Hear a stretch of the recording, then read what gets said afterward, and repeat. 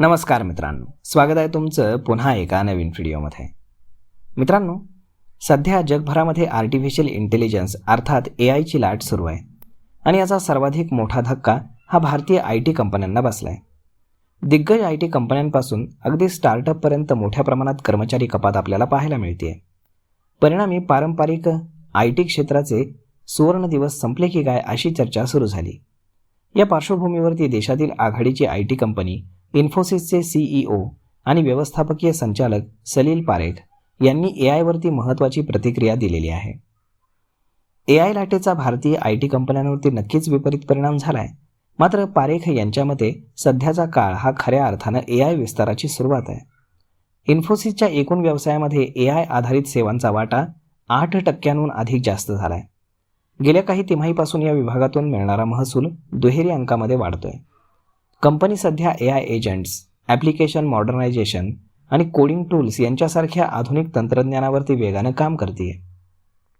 Artificial intelligence नंतर प्रत्येक क्षेत्रामध्ये तंत्रज्ञान अगदी वेगानं बदलतंय.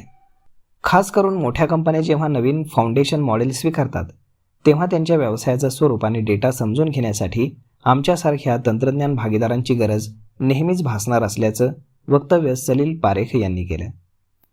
AI आणि बदलत्या तंत्रज्ञानामुळे भारतीय IT कंपन्यांचं अस्तित्व धोक्यात असल्याच्या चर्चांनाही पारेख यांनी पूर्णविराम दिला.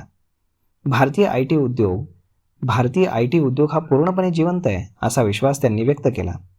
आगामी काळामध्ये AI हेच या क्षेत्राच्या आणि इन्फोसिसच्या दीर्घकालीन वाढीचं सर्वात मोठं इंजिन ठरेल असंही सलील पारेख बोलले.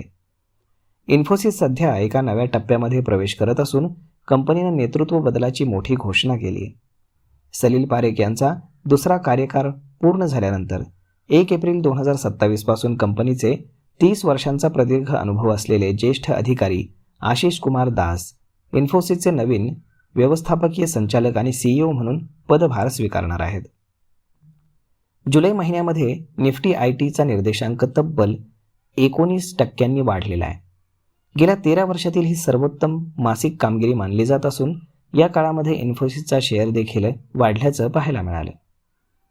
तर मग मित्रांनो, अशा पद्धतीनं आर्टिफिशियल इंटेलिजन्समुळे भारतीय IT इंजिनियर्सच्या नोकऱ्या संपणार का, यावरती इन्फोसिसच्या CEO यांनी त्यांचं मत मांडलेलं आहे.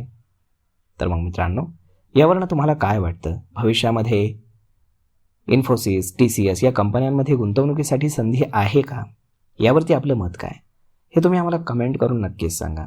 आणि जर हा व्हिडिओ तुम्हाला आवडला असेल तर आपल्या जवळच्या मित्रमंडळींसोबत देखील हा व्हिडिओ तुम्ही शेअर करायला विसरू नका. धन्यवाद.